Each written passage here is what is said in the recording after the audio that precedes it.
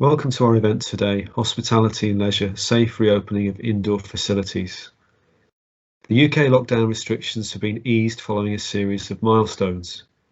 Yesterday, central government confirmed that the next one will go ahead as planned on May 17th, when indoor hospitality and leisure will be allowed to reopen. Today's webinar will provide information and advice and answer your questions about how to get ready and to operate your business in a COVID-secure way. It is brought to you by health, safety and regulatory colleagues from local borough, district and county council in Warwickshire. Please note that this event is being recorded, so should you remain logged in, we take this as your consent to take part. The information provided today is current and correct to the best of our knowledge on the 11th of May 2021, so please note this if you're viewing the webinar at a later date. The format today will be for our panel to introduce themselves. We'll have a quick update on the pandemic situation in Warwickshire, and then we'll review your questions and any pre-submitted topics. You can raise your hand or submit your questions via chat at any time. My name is Ian Flynn and I work in the Economy and Skills Service at Warwickshire County Council, and I will be your facilitator today. I'd like now to introduce our panel. First of all, please, Jonathan. Good afternoon, everybody. My name is Jonathan Toy. I am the Group Manager for Trading Standards and Community Safety for Warwickshire County Council. I've been chairing a twice weekly meeting of all the regulators across the county, our colleagues in Warwickshire Police, Public Health and Warwickshire Fire Rescue, as well as colleagues in Coventry City Council, looking at the regulations as they come in and advising businesses during those for any inquiries that they want to raise with us. Thank you. And Gemma? Afternoon, everyone. My name is Gemma Stainthorpe and I work for Warwickshire County Council in the Public Health Unit. I've been working with Jonathan, Paul and other colleagues throughout the pandemic. Thank you. And Aaron? Good afternoon, everybody. My name's Aaron Coursey and I head up the Town Centres and Tourism team at Warwickshire County Council. Throughout the lockdown, we've been helping the businesses and the business improvement districts alongside our district and borough partners in helping them to recover from COVID, and also looking at business skills and their digital skills and helping them with their digital skills agenda. Thank you. And Paul? Good afternoon, everybody. Sergeant Paul Calvert from Warwickshire Police within the COVID cell. I've been working with Gemma, Jonathan and others for the last 12 months through COVID, here to help and advise. Also raise awareness of some of the pitfalls we've been through during previous lockdown releases and opening up a hospitality, and we're here to support you and advise where we can. Thank you. Okay, thank you. So that's our panel. Gemma, would you be able to give us just some headlines on where we are in Warwickshire at the moment? Yeah, sure, Ian. I will just share my screen of a useful graph that we can have a look at. Hopefully you can see that okay. So this graph here shows the rolling rates of COVID-19 per 100,000 population across Warwickshire. So obviously we can see the time or the time of year that it was across the bottom, and then the sort of numbers up the side. Each colour represents each district and borough in Warwickshire. So pink for North Warwickshire, purple for Nuneaton and Bedworth, green for Rugby, sort of black for Stratford-upon-Avon and orange for Warwick, and then the dotted blue line shows the Warwickshire average. So if we come across to where we are now, so the latest data that we have was from the 5th of May, so a few days ago, but we can see that the Warwickshire rates per 100,000 population is around 24 per 100,000. You know, just to sort of put this in perspective, back in January, during the kind of peak of the pandemic, that was coming in at 461 per 100,000 population. So we've obviously seen this very, very steady decrease in cases as we've gone through the year, throughout lockdown, and as vaccination rates increased across the Warwickshire population as well. You'll see sort of probably going back over the last month or so, the district and boroughs do have these little blips where cases rise, and then at the moment we've been able to get on top of those, and they fall as well. So each sort of district and borough does go through little kind of blips of increases in numbers. This can be down to outbreaks within perhaps workplaces or perhaps school outbreaks as well at the moment, considering the fact that those kind of middle-aged populations are still at work, and perhaps, you know, in age groups such as 30s and 40s haven't yet been vaccinated, so they're still transmitting the virus, and that risk is still there within that population group. So still seeing some transmission kind of coming there. So not unexpected. Excuse me, I've lost my screen. Oh, technical glitch. There we go. There we are. So that just sort of gives an overview of where we are anyway, just currently at the moment. So just to keep an eye on that.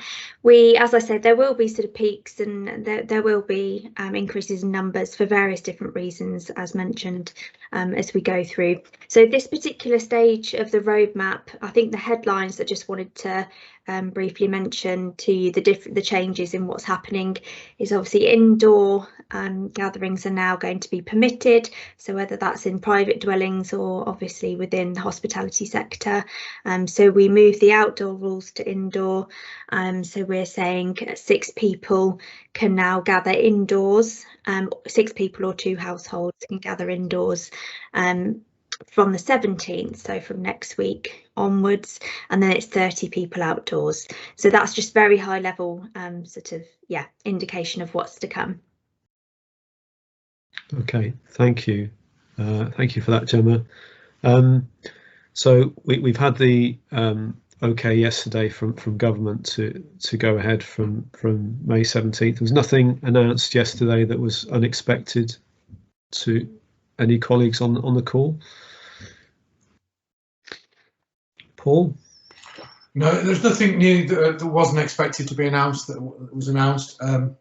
I think just to reiterate what Gemma's just said about the gathering numbers and the limitations on numbers, etc. Obviously, when we came from step 1 to step 2, there was a slight change with that with regard to outdoor gatherings, the rule of 6 and things like that. But one common thing that we saw from a police perspective was the misunderstanding of people whether inside and outdoor numbers. So just to reiterate what Gemma said, obviously indoor is 6, outdoor is 30.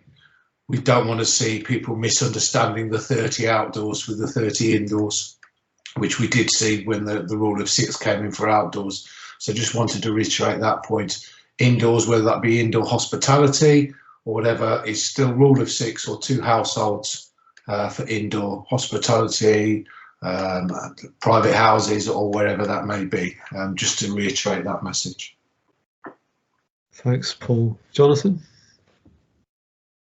Thanks, Ian. I think the only other thing I would say is we've been keeping a very careful eye on what's happening with the pilot events as well that have been going across the country, whether they're sporting events or whether they're entertainment events, and looking at some of the learning. Why is that important for the hospitality sector? Well, many of our operators in the hospitality sector do run different types of events, even if they're small events from their premises. And I think there's some learning still to come out of those events so far, and that might be something we want to talk a little bit further on this webinar today, and some of the kind of key things that we think will become the norm if people are looking to hold music events or certain events within their own premises. So perhaps I could just put out there, I think that is some of the learning that really we need to kind of be focusing on. Okay, thank you. Okay, well, the questions are open now to the floor. If you want to submit a question, raise your hand, or you can type it into the chat. But I see there's no questions at this stage, so we'll review some of the questions that we've had pre-submitted. So first up, what's the situation regarding pre-booking? Is that required? And do businesses still need to take personal details? I don't mind starting that one in. I think others will want to come in. So with the pre-booking element of things, I think it's always, it's a really good control method, isn't it, to take note of who's going to be in your business, to monitor the amount of people who are going to be in your business, especially indoors, and wanting to keep social distancing still present, especially between people who aren't in the same household and things like that on different tables. So I think that's a really good system. I think some places, and it is okay to accept walk-ins, but just to really kind of keep on top of the numbers and the social distancing if that happens. But with regards to the keeping the details of those visiting the premises, so yes, still really important, especially considering, as I mentioned, there is an age group, there are a few age groups that haven't yet been vaccinated, and as we start to gather indoors, the risk increases significantly with regards to transmission, and we may see increases in numbers of COVID cases within those groups. So I would say that definitely we need to be maintaining those records of individuals visiting your premises for 21 days. The ways you can do that is you can generate a QR code, an NHS QR code from the internet. Perhaps we can put a link in the chat to that, where you can scan and enter your details electronically as you enter the premises. If not, you are able to write down your details, and that's for every person within that group, and then to keep those for 21 days. And just to reiterate as well, the 21-day rule I think is still really valid for staff members too. So keep hold of your staff rotas, know who's been at work, who's been in your premises, and keep hold of that for 21 days. Yeah, so just to start that one off. And Gemma, you can use the same QR code you were using last year. There's no need to create a new. Yeah, I believe that's the case. Okay, thank you. Paul? Yeah, just correct me if I'm wrong on this, Gemma, but I think that the only main difference between this roadmap lockdown release for indoor hospitality compared to last time is this time around everybody has to register. It's not just the lead booking. So if you are taking a booking previously, it used to be accepted that it was just the lead booking would be the one that registered for the test and trace process. Now, under the regulations that were changed, it's everybody has to register, so you can't leave it up to the one person. With regard to the pre-booking system, obviously it works better for some venues than it does for others. It is a good way of being able to manage your venue better with regard to control with numbers, etc., knowing how many people are coming and having that limit set already to having it as a pre-booked. Appreciate that does not work for every single venue in the hospitality sector, but for some it would. And for some it would probably work better as well. But I just wanted to reiterate the individual register rather than the group register. Okay, thank you. Aaron? Just like to add there, not only would the booking system really help you with your sort of operational level of knowing where staff, what staff you might need, how busy you're going to be, also it gives you that opportunity to be able to communicate some of your risk assessments through COVID, what to expect when coming to the venue, what your rules and policies and procedures are, etc. So you can let the customers know what to expect when they come here. Ventilation, we know, is going to be key. So in actual being able to tell the customers that there might be areas that will have ventilation, so bring a coat with you, even though you're indoors. So actually having that communication method will really help you. Yeah, and I'll add to that. If you're a business, you can display the Coventry, Solihull, Warwickshire COVID business pledge. So it's a pledge you take online. It reminds you as a business of all the things that are required of businesses at the moment in terms of ventilation and face coverings, but it also includes things like staff health and well-being, a commitment to that, and Warwickshire businesses in taking the pledge will also automatically sign up for the employee assistance programme. So this is free support for your employees. It's a web service, and it's also a telephone service. Staff may be, worried about a whole range of things, whether it's personal finances or relationships, or working during the pandemic, whatever it is. There are excellent resources for them online. So we will put a link to the pledge in the chat, should you wish to sign it and then display the poster. So thank you.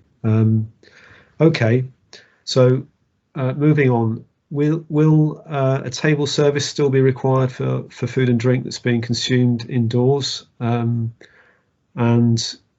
will a substantial meal be required as it famously was last year? Jonathan. I'll try and avoid the substantial meal conversation. Will a table service be required? I think our response very much on this is yes. For indoor, I'm going to slightly word it in a slightly different way, if you don't mind, Ian, and I hope this is helpful to the people on the call today. What we've learned over the last few months of hospitality reopening is that businesses that have been able to run their operations really well have tended to start relatively small and then bring things up to scale, make them bigger when they're comfortable. Those that have had real problems are the ones that have probably had a bit more capacity than they were able to cope with and were suddenly then overrun. And Paul, myself and Gemma were dealing with multiple calls within the first few days of outdoor hospitality opening where there were businesses that were just overrun. They were absolutely blown away by the amount of response. You're going to get the same response when indoor hospitality opens. The practical elements that we would have learned from outdoor is exactly the same from indoor. So table service, people who are moving through your premises should be, our view, must be wearing a face covering. That includes customers as well as your staff. You've got to think about, as others have said, around ventilation.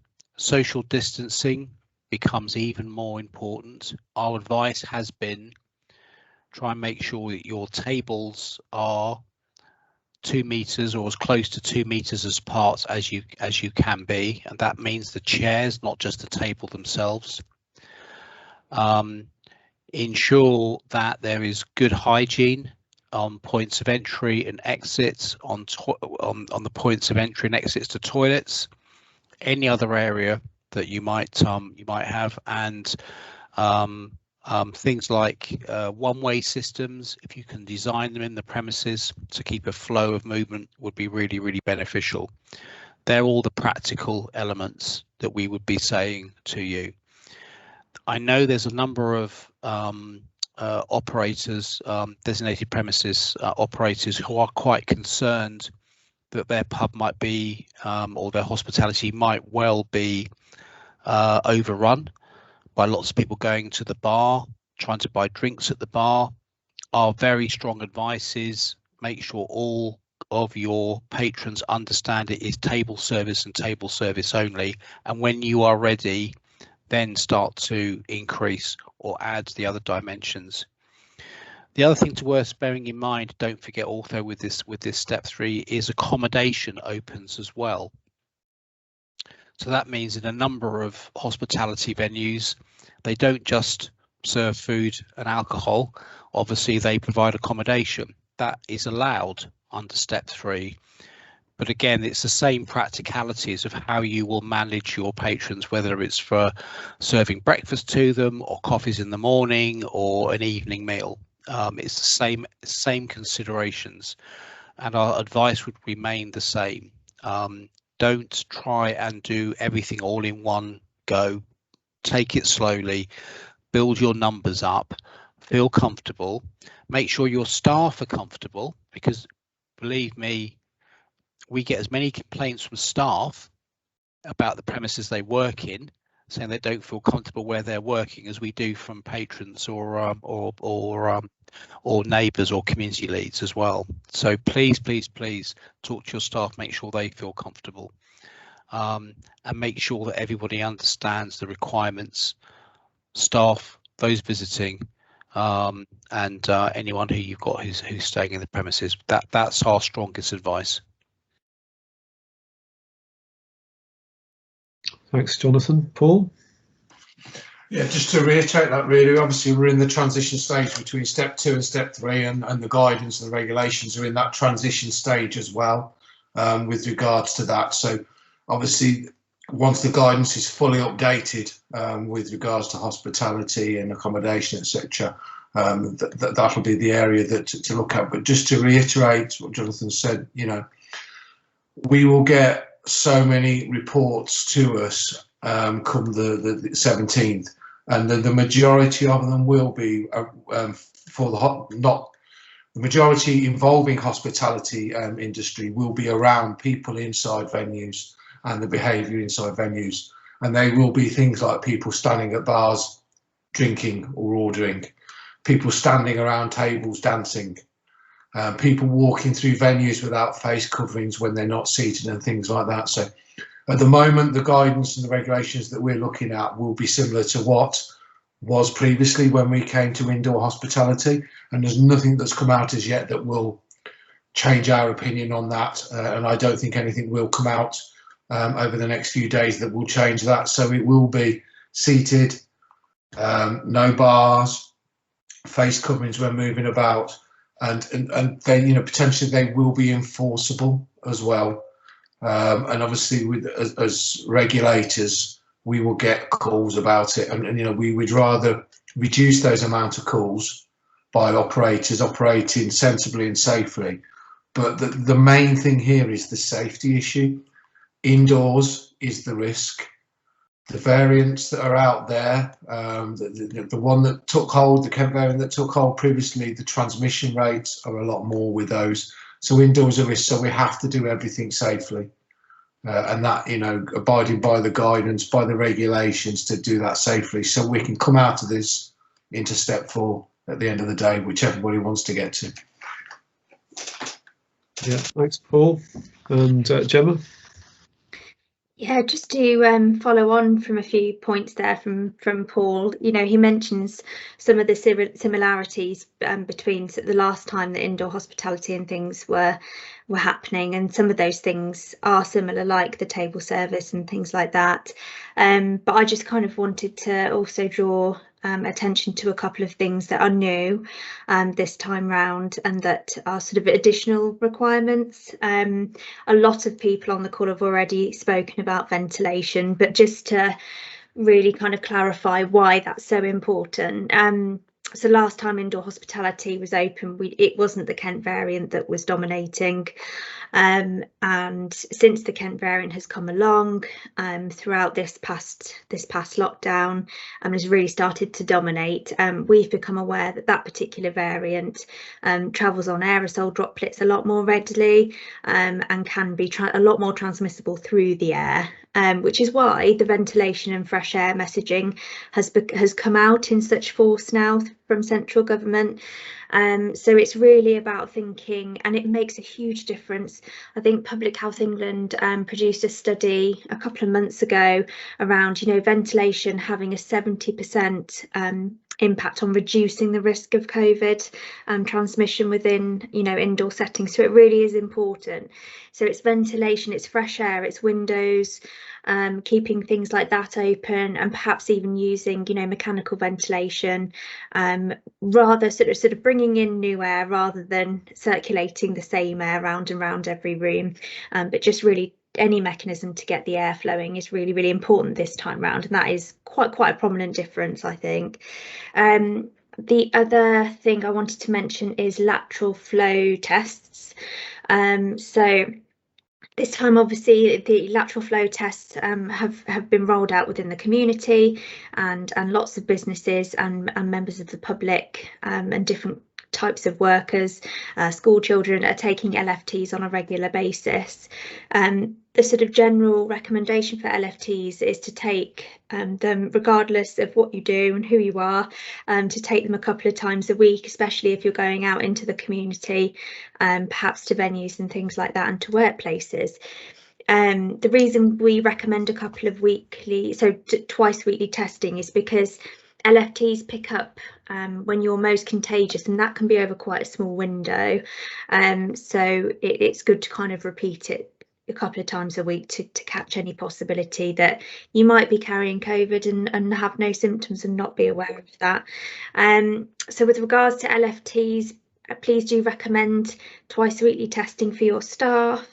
Please sort of try to advertise where you can go to get an LFT test. There are sites in each district and borough across Warwickshire. You can also order them online from the central government website as well, and they come to your home with quite clear list of instructions of how to do that home testing as well. So that is another new factor as we go forward, and it's a powerful tool to keep on top of infections within the community. And then the final point I just wanted to raise, it's actually in the guidance. It was nice to see it mentioned in the guidance for sort of restaurants and hospitality reopening, is a need to recognise and appreciate the effects on mental health. So within, you know, staff members, people who might be coming back after a long time off work. And I mean, myself, I look back over the last 12 months and it can seem quite shocking sometimes to think what we've all been through and the different sectors have been through. It's been quite the journey, and I think that you know, with that, a lot of people may have suffered loss and certain things like that. So please do pinpoint to the employment assistance programme that we have and any other mental health resources. Please make that information available to your employees, would be my recommendation on that one. But that's all from me for that. Thanks, Gemma. And you mentioned, before we bring Paul in, you mentioned briefly ventilation. If you're a business and you wanted advice on how best to ventilate your premises, where should we direct people to? So you're welcome to, I think, if people want to ask a specific query, can send into maybe the generic email address, Ian, and then we can pick it up from there. Yeah. But essentially there is some really good advice on the Health and Safety Executive website regarding ventilation, so I will have a look at that and put it in the chat. And then obviously it's always worth double checking, especially with doors and things like that inside your premises, with the local fire safety officers from Warwickshire County Council, which we can also put in another email address, I think, in the chat. So yeah, just worth kind of keeping on top of that and making sure you're fire safe as well. Okay, thank you. And Paul? Yeah, sorry, that was one point I was actually going to make, was about the fire doors and propping fire doors open and things like that. Just to reiterate, please do check with fire, and I'm sure they can put the email address for fire into the chat, but please do check with them before you start propping fire doors open and things like that. Obviously ventilation is really, really important, but obviously fire safety is important as well, so you have to sort of weigh each one up and make sure you're obviously not breaching fire regulations with fire doors and things like that. So please do speak to them about that. And the other point I just wanted to raise, just coming on to what Gemma was saying about mental health, it's not just about staff as well. Some of your customers just need to be mindful of. In a lot of the time when you've got mental health concerns and you're coming out for the first time after a lockdown, and then having alcohol and things like that might trigger some sort of crisis in certain individuals. So we just say, just be mindful of the public that attending your venue as well.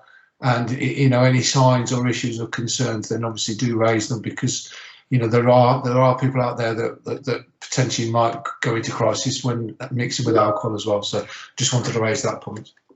Yeah, that's a point well made, and we've posted some health and wellbeing links in the chat there, and we'll add them to the end of the video recording of this. So we are recording this webinar today, and if you want to watch it later, it will be on the County Council's YouTube page, and obviously if you want to direct friends or colleagues to that, and they can watch it later. Okay, and again, if you're looking for any resources and you're not sure where to go, if you email business@warwickshire.gov.uk, that's business@warwickshire.gov.uk, we'll direct you to the right people. Okay, so moving on, thinking about queuing. And if you're a business and you have a queue to get inside of your venue, one assumes they would have to socially distance while they're queuing. No, I'll take the outside bit first, Ian, probably. Yes, social distancing hasn't been removed. It's still there. It's still required. And that, whether that be inside venues or outside venues, in queues and things like that. And the thing to remember as well with hospitality and other areas of businesses where there's queues, that is the public facing part of that business. So if there is a queue outside that business and it is all grouped together, hugging, whatever sort of things going on in a queue sort of thing, that is the impression that everybody will get of that business and the way that business is handling the guidelines with inside. So the impression outside is the same impression inside, so it will feel unsafe to members of the public, and they potentially won't want to go inside. The other concern is obviously we will get quite a lot of reports of members of the public. If there are large queues outside venues and they are not being controlled, there's no social distancing, then we will get calls about that queue and about that venue.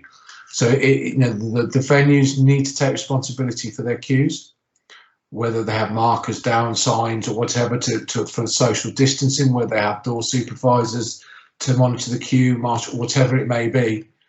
They do need to monitor those queues and look after those queues, because they are just as responsible for those people waiting to enter their premises as they are for the people inside.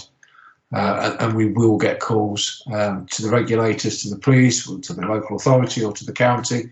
We'll get calls about venues when queues are not being handled correctly.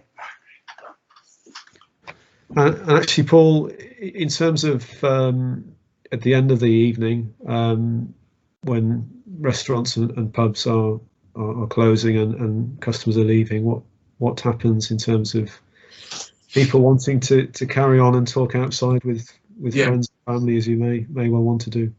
I suppose that the biggest difference this time around compared to previous is we haven't got the 10 p.m. curfew. Obviously, that last time when we had the 10 p.m. curfew, obviously for town centres more than anything else, but it's also the same for sort of more town pubs, village pubs and things like that. But at 10 p.m, everybody came out onto the streets, and in busy towns, there was lots of people out in the streets. Now we haven't got that. We haven't got the curfew, so hopefully it'll be a little more staggered. But we do ask that larger venues that have more people inside consider staggering, asking people to leave. Start a little bit earlier. Don't go right up to your licensing hour. Start a little bit earlier, so people come out slower and in smaller groups to be able to disperse. We also ask that venues do look at taking responsibility for their clientele. So just because they've walked over the threshold of the door doesn't mean to say you cannot engage with them. You can't physically move people on, but you can communicate. You can talk to them, you can explain to them. You can do very much like the police approach, educate them, encourage, engage, asking them to move on, to move away, etc., and taking that approach with people. And that is exactly the same whether it's a village pub or a town centre pub, because a village pub is probably going to have more noise that may disrupt local residents outside than a town centre one is, because it's the only pub in that village as such. So it's just as important for out of town pubs as in town centre pubs. But it is really important that venues don't just think that once they cross that threshold, that's it, their job's done. Because if they've created the problem, then it is their problem as well. Thanks, Paul. Jonathan, you have your hand up. Yeah, thanks, Ian. I was just kind of reflecting back on some of the conversations we have had with pub operators, hospitality operators over the last 14 months or so now, isn't it, Chairman Paul? It seems quite a long time. A lot of the operators we work with have actually thought about things like when they take their last booking. So bearing in mind it's indoor spaces is being opened up, and what the guidelines is very much around table bookings, table service. Ian mentioned earlier about substantial meals, which again we've personally avoided, to not talk about Scotch eggs. But they have looked at staggering their booking times so that actually the last booking is early enough to get people away from the venue by a set period of time. So that was quite an important conversation with a number of our hospitality providers, because all those elements around hygiene and cleansing, etc., still need to take place. And if you're running a busy venue and your last, you know, your customers are all leaving the venue at 11, half past 11, you know, you've still got a venue then to sort out. You've still got cleansing to do. You've still got all those other elements that sit around it. And obviously, our expectations are is those hygiene elements are significantly increased, just to make sure all tables are properly cleaned down. You know, all of the elements in terms of touch points are properly sanitized, etc. So it's a lot more work. And I think that's what we were getting feedback from hospitality operators to say, actually, we're going to make our last booking 8:30, and actually we're going to have people leaving the venue between 10:30 and 11, just to make sure that we can actually manage all the other additional burdens putting upon us. So I just wanted to share that with you. It doesn't have to be that, you know, closing time is 11 o'clock and that's when people will all be kicked out. It's how you decide to manage your venue, manage your bookings, manage when you do that staggering. It really is in your hands as how you want to do that. But they were some of the advice that we worked with operators last time. Thank you. No, just come back as well, Ian, on something that just thought about. With regards to this time as well, obviously there's more venues that have got pavement licenses this time around and using outdoors areas.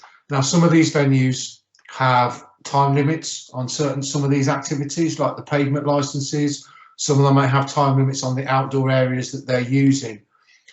All I would ask is that the venues plan for this, because they could have a mass amount of people that want to suddenly then go inside the venue if the venue is open later than their outside facilities. So some venues may have a 2 o'clock license as such, but only a pavement license till 11. So they just need to plan with their staffing and their arrangements that when that 11 o'clock shut off comes for their pavement license, have they got 20, 30 people that are then going to try and go inside the venue that's already potentially at capacity. So it's all about planning the night, not just the start, not just the end, the actual whole night, and working through what any of the pitfalls could be during that evening. And that could potentially be one of them when they have a large group of people that are in an outside part of the premises that may want to go inside because the outside bit's now closed. Okay, thanks, Paul. As I say, there's the opportunity for those others on the call to post a question in chat or raise their hand. We talked probably quite a lot, as you'd expect, around the pubs and restaurants side of this from next week. But are there any other business types that are opening up next week? So I guess cinemas and soft play centres and other venues. Is there any information we want to get across to those businesses? Again, I'm happy to start in. I mean, this is quite a big relaxation in the regulations. Let's be absolutely clear about this. Theatres, cinema, music, entertainments can reopen, and many of those venues are absolutely reopening. They're doing their spatial analysis to see what is practical in terms of those locations and those venues. I know we've been talking to a number of cinemas and theatre companies about working out what actually is possible, arts venues, etc. There's lots of talk about people saying, well, you know, we can get 50% capacity. I'll tell you now, most cinemas are nowhere near 50% capacity.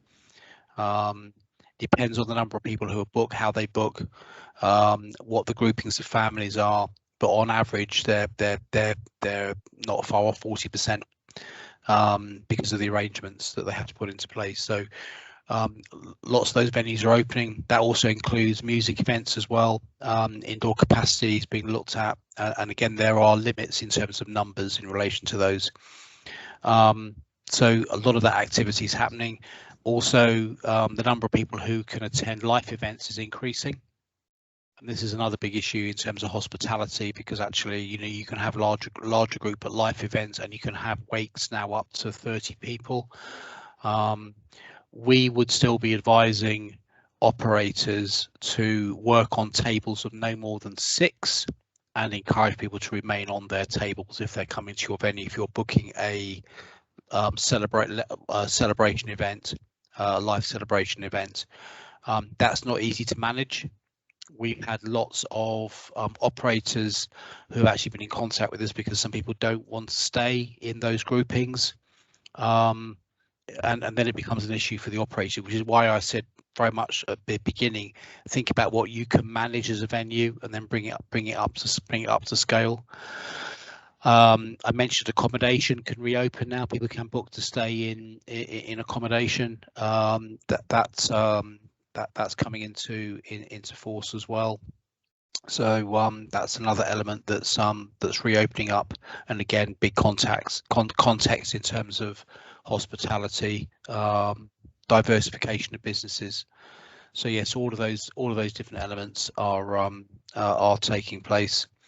The learning from some of the music events, and particularly for hospitality, as Gemma will tell you in a few minutes, I'm sure, the guidance isn't great on music right now, on music at events.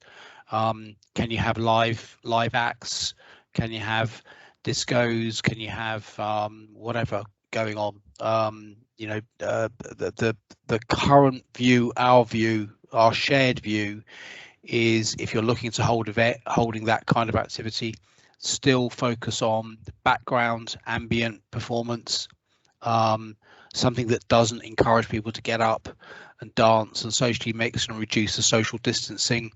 As of the 21st of June, that relaxation then, if we're on the same time frame, that relaxation will come into force where actually those events can take place. So our advice, if you're looking to do music, singing, anything of that nature, work out how you can do it where actually it's ambient background rather than things that people can actively participate in. So I don't know if that covers enough. I'm sure colleagues will want to come in. Yeah, thanks, Jonathan. Paul? Yeah, just to reiterate what Jonathan just said there, obviously you have to be careful, and obviously anything that you put on within the venue itself may encourage people to actually then breach the regulations or the guidance for that venue. So you're then, as the venue, have to then control that. So you will make it more difficult for yourselves by, if you've got louder music on where people may start to want to dance, get up from the table, socialise more and things like that, or start singing and things like that. So you can potentially make it more difficult for yourself to control your own venue by putting on some of those that activity.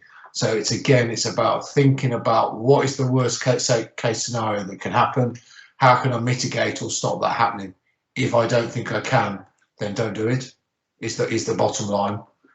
So we, as regulators, we'd advise, like Jonathan said, do the bare minimum to start with, and then work out, because we don't know for certain on the 17th if there's going to be a mass influx of people going to hospitality on the 17th. Potentially there will be, because there's quite a lot of other things happening on the 17th that will impact on people going out into the nighttime economy, especially in certain areas of Warwickshire. So that potentially there is going to be quite a big footfall because of indoor. A lot of people haven't been able to take advantage of the outdoor facilities because of the weather we've had recently. So obviously that's prevented a lot of people as well going to venues. They don't want to sit with coats on outside and things like that. So, just as Jonathan says, plan small, work out what's going to happen, see where things go wrong, tweak it, change it, do what you can to make it work before you start scaling it up. It's all about trial and error, but the errors need to be small errors that you can fix quickly, not big ones. That's good advice. Thanks, Paul. Aaron, you had your hand up? I just briefly wanted to touch there upon the visitor economy. So obviously going forward from next week, we do have the ability to for visitors to come to the county.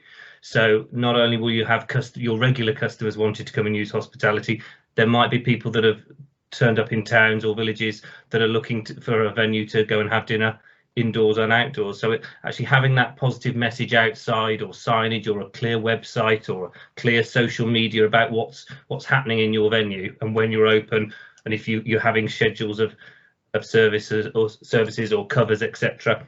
Absolutely, it's the right time to be advertising that now, because there's going to be whole swathes of visitors hopefully coming to the county that want to come and enjoy Warwickshire and the hospitality we have. And we don't want to be able to put all of those customers off, all those repeat visitors that will come every year with their families.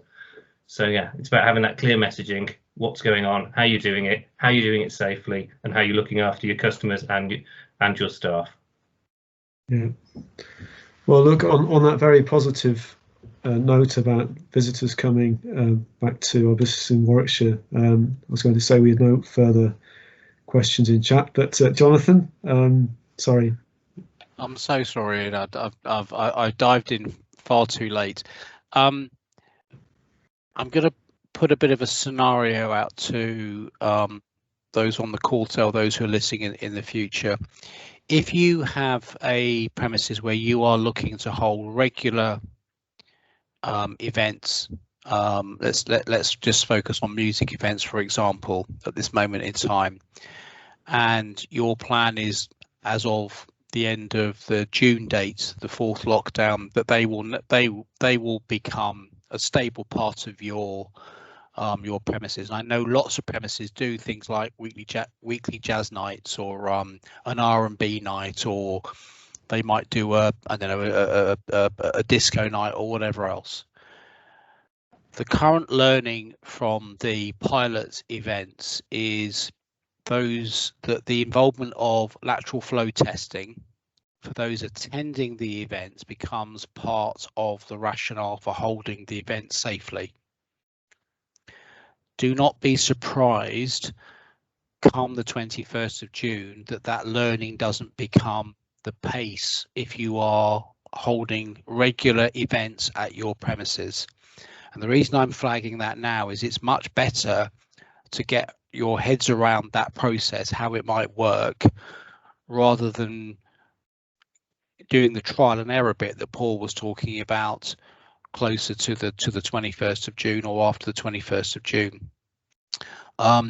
It's very possible that this can be done quite easily, because those people who come to your event, if you're pre-booking people in, yeah, you then have the information, and they can provide you the information that confirms they have had a negative LFT test. And I'm sure colleagues in public health will be more than happy to give people advice and guidance on how to do that.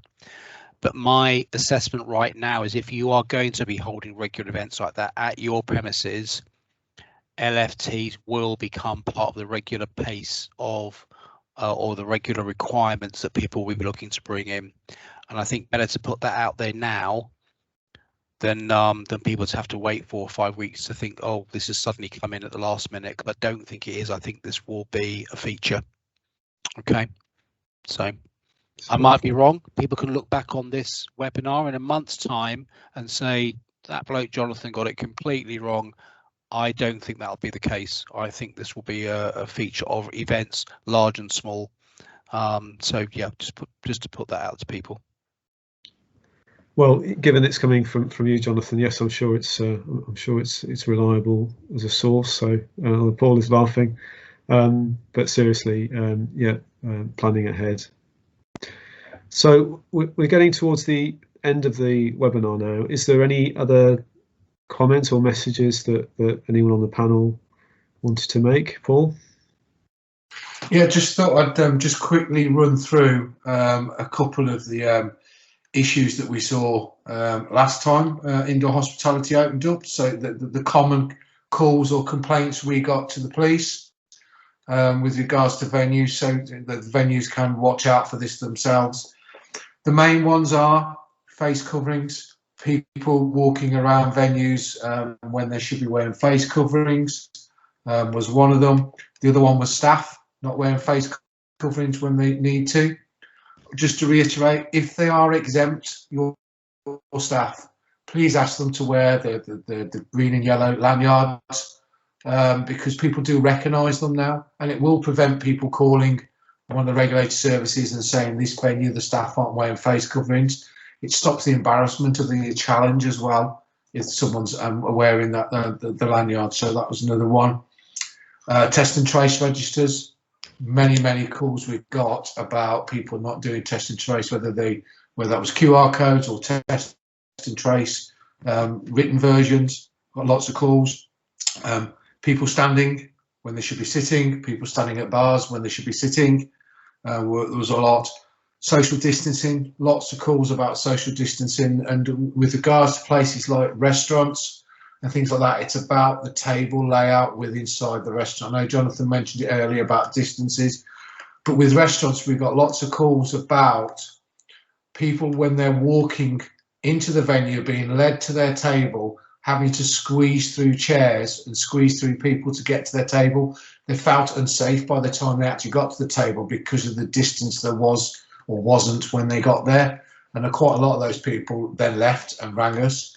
The other thing with regard to restaurants as well, ensure your staff know the layout of your restaurant so it's laid out to the capacity that is required for social distancing.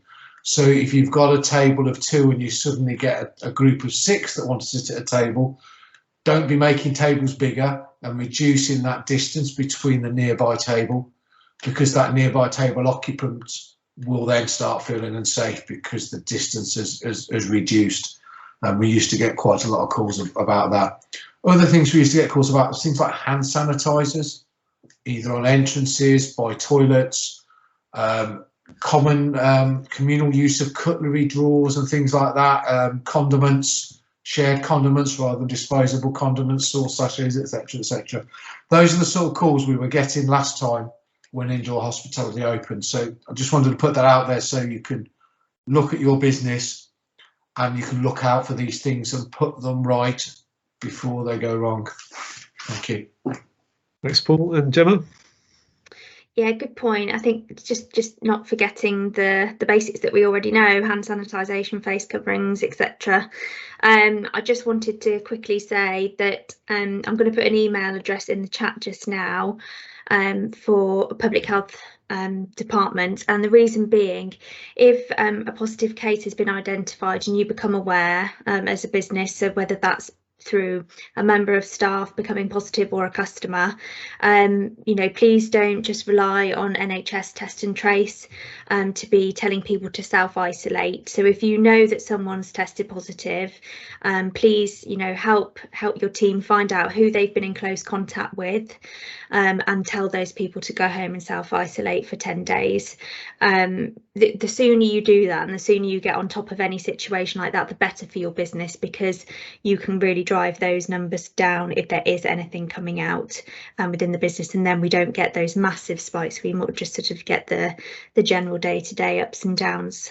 So that would be really appreciated, and I have just put that email address in. If you have a positive case in staff or customers, please let us know on that email address in public health, and we can help support you and hopefully get on top of things really quickly. The final thing I just want to say is it's a really positive part of the roadmap. I think mentally and for everyone's well-being and happiness, this is really a great time, and I think if things are done slowly and carefully, then it can be really beneficial for all. So I just wish all the businesses the best of luck with that, and we are here to help. Yeah, thanks, Gemma. I'm sure we all echo that, and doing everything right now, a smooth run into June and to fuller reopening is what we're all looking forward to and working towards. So all the best on behalf of the panel to you businesses with your preparations, and we hope you have a good week next week and thereafter. And if you want to watch this again, it'll be on our YouTube channel with some useful links that we've discussed. But for now, goodbye, and panelists, thank you for your time, and thank you to those who joined us. Thank you. Thank you.